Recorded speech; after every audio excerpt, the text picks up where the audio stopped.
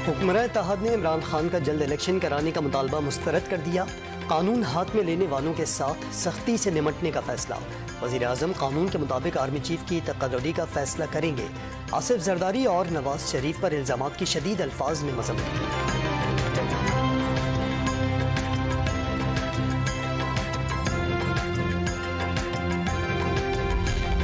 Chairman PTI Imran Khan ने हुकूमत को इलेक्शन से खौफजदा करार दे दिया। कबल अज़ वक्त इंतखाबात की तारीख न देने की सूरत में लॉन्ग मार्च की तारीख देने का भी ऐलान। कराची में ज़िमनी इंतखाब के दौरान पीपल्स पार्टी पर धांधली का इल्ज़ाम लगाकर दोबारा इंतखाब का मुतालबा कर दिया।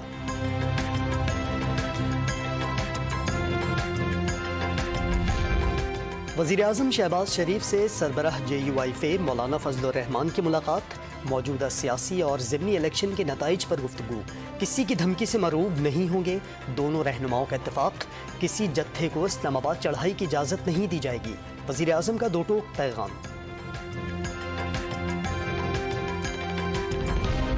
इमरान खान कानून हाथ में लेंगे तो कार्रवाई होगी, वो आएँ और पार्लियामान में बैठें। साबिक वज़ीर आज़म शाहिद खाकान अब्बासी की programme live with Adil Shahzeb में गुफ्तगू। ज़िमनी इंतखाबात में शिकस्त की बुनियादी वजह हुकूमत के मुश्किल फैसले को करार दे दिया।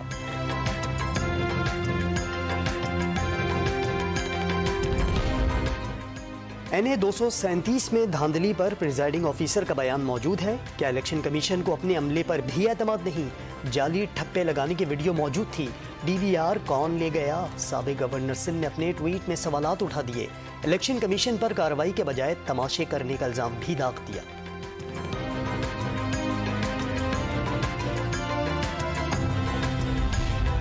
FATF का अहम इजलास 21 अक्टूबर को तलब कर लिया गया। पाकिस्तान का नाम ग्रे लिस्ट से निकालने का हतमी जायजा लिया जाएगा।